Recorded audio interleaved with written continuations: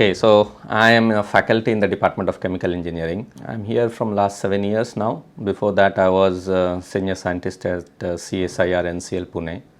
In the Department of Chemical Engineering, my research group mostly work currently on CO2 capture and sequestration.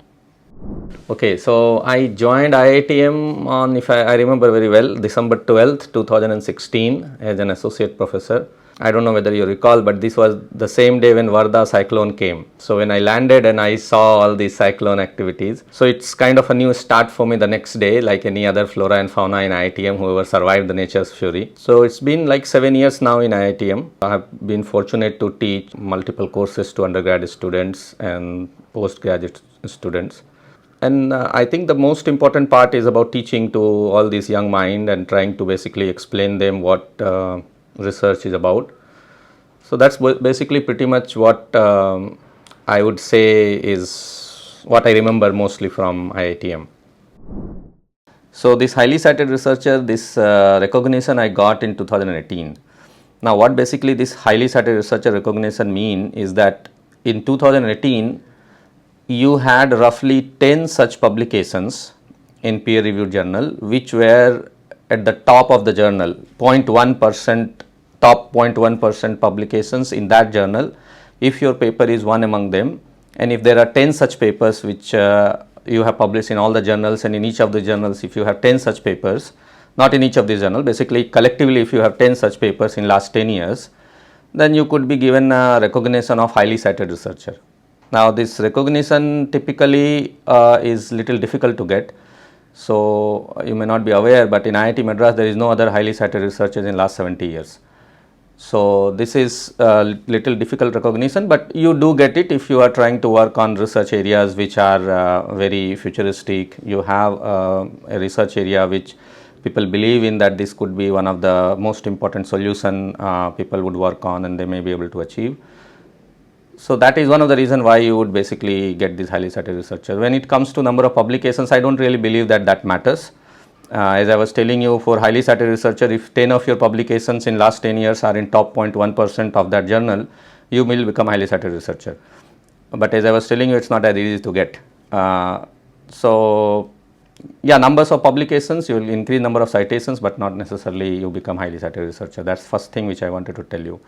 The second thing about going into carbon dioxide capture and sequestration, now this is something which has evolved with time. When I started my independent research career in India back in 2010, when I was a senior scientist at National Chemical Laboratory in Pune, at that time the focus of my research was recovery of methane from under the marine sediments, which are natural gas hydrates.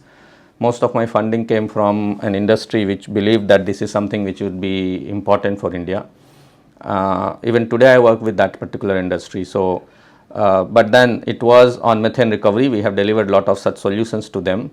Today what is more required is that how do you basically capture CO2 and try to achieve that net zero target which India has committed to achieve by 2070. So with changing time, I have also changed my research a little bit. Right now I am working on CO2 capture and sequestration. It basically matches quite well with my expertise which I have had gathered in last 20 years of my research career, and this is why I am able to contribute in this area. It's a very interesting question. See, I would say the place like Research Park has been very unique to any IITs. Probably IIT Madras was the only IIT at some few years back which had a research park kind of embedded in its system. So when I was trying to move from CSIR NCL looking for an opportunity in other IITs, I could have gone to any IITs.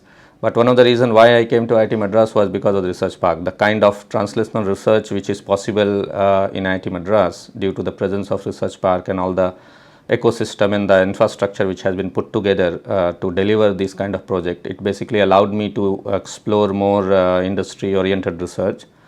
And if you look at it from that point of view, certainly it's very important for you to build such an ecosystem and infrastructure and facilitate translational research. But before you start doing any translational research with industry, one should always recognize that industries would not come to you because you are delivering translational research. Industry typically comes to you because you are an expert in a particular field. And you become expert in a particular field by doing high quality research with help of your PhD student, obviously, your master's student. So I think the focus has to be on being known in a particular research topic, and when industry is looking for a solution in that research topic, they have to basically come to you. There is no other option for them to go to.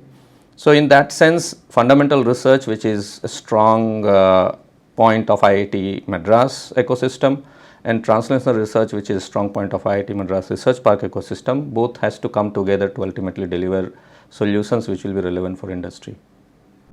See, Santibhanagar Award is given, so far it used to be given in engineering or chemistry or physics, some of these broad field.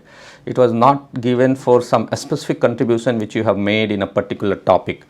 So even though the award might say that this was given for certain things, it's not necessarily that the contribution of this particular faculty or this particular person has come only in that particular area. So being a chemical engineer, I have basically worked with multiple different industry. My current research interest is in CO2 capture and sequestration. So the day when I got this award, they might have looked at last 5 years what we have done, and that might have given an impression that since I have been mostly working on CO2 capture in recent past, so the award was given for CO2 capture and sequestration. Effectively, I believe that the award was given for the contribution to the science.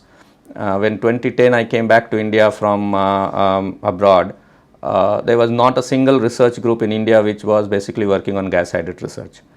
Within 5-6 years after that, until last 10-15 years, I would say that I have built a world recognized research on gas hydrate research. So probably the award was not only for the CO2 capture and sequestration projects which I have delivered to industry, but it was also for the recognition that a new research area was brought to the country which was very relevant, and it is quite futuristic in nature. We will be able to solve many industrial challenges by doing this kind of research. See, net zero, today we are talking mostly about CO2, carbon dioxide, which is anthropogenic release of CO2 to the atmosphere. We want to cut it down so that in certain number of years, the amount of CO2 we are emitting and the amount of CO2 which nature will be able to sequester by natural ways will match.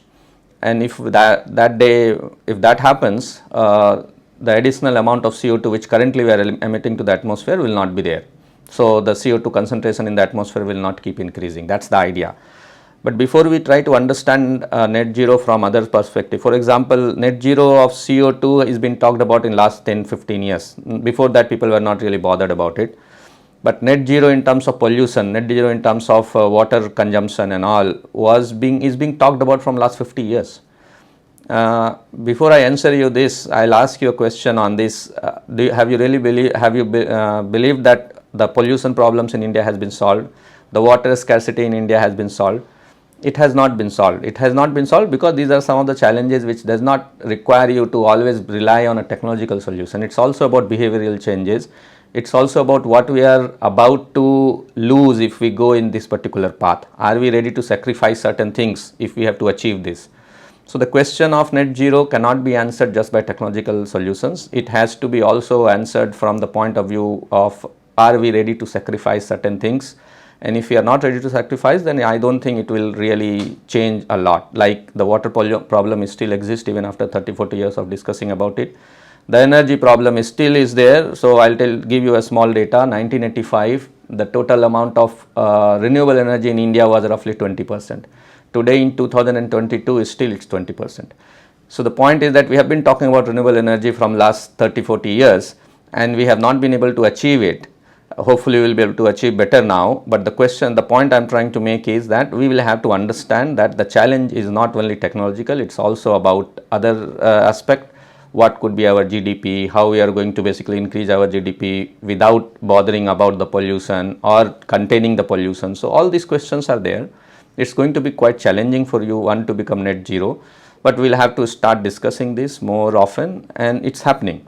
I'm happy that today more people know about the challenges of net zero in terms of CO2, in terms of water, in terms of energy, in terms of renewable energy, hydrogen. All those things are basically people are talking about, and much more awareness is there today. And over a period of time, I'm sure this will lead to true net zero India by 2070. Yeah, see the conversation, how it helps, it basically brings people together with people who are on the dais and they are sharing their knowledge. So, and if there are 10 such people who are discussing, they will bring 10 different ideas on table. So when you bring 50 such people or 100 such people in these kind of conferences, you believe that you will be able to basically bring 100 different ideas on the table and people will get exposed to each of these ideas. And then they will be well informed to make any decision or take any decision, whatever it may be. So if you talk about Envision in particular, we have been able to basically in last 2 sessions of Envision, we have been able to bring lot of industry partners together. We have also been able to bring lot of people from academia who basically discusses some of the technological solutions which is out there or the kind of solutions which they are working on. I hope that we will be able to bring more people from academia or industry together in our future Envision programs, and this will basically lead to a dialogue which will allow people to understand what technological challenges is possible for one to basically solve and what challenges are there from the behavior point of view which people will have to basically look into and try to correct it, so that overall together we will be able to achieve this net zero target as soon as possible. See, I am in academia. Even though I work closely with industry, the first thing I will tell youngsters is that first and foremost you have to build your basics. Because if you don't understand the challenge or you don't understand the problem, then you will not be able to identify the right solutions. And for you to understand the problem, you have to understand the entire process.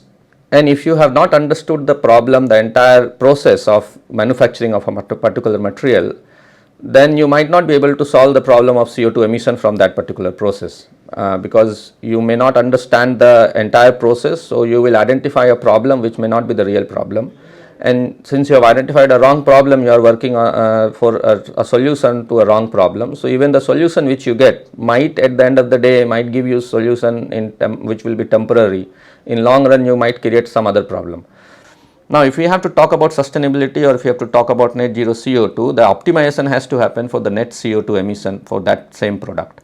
Now, if you are going to optimize the same product for net zero CO2 emission, then not necessarily that the optimization for net zero emission will also be having an inbuilt optimization for lower cost. So, as a youngster, you should always remember that if we are going to go for a sustainable future, it might cost us little bit more. And one has to be aware of the entire process to really give complete solutions which will be long lasting and will be able to basically say that by 2070 if we are trying to reach net zero CO2, we are really reaching net zero CO2 by 2070.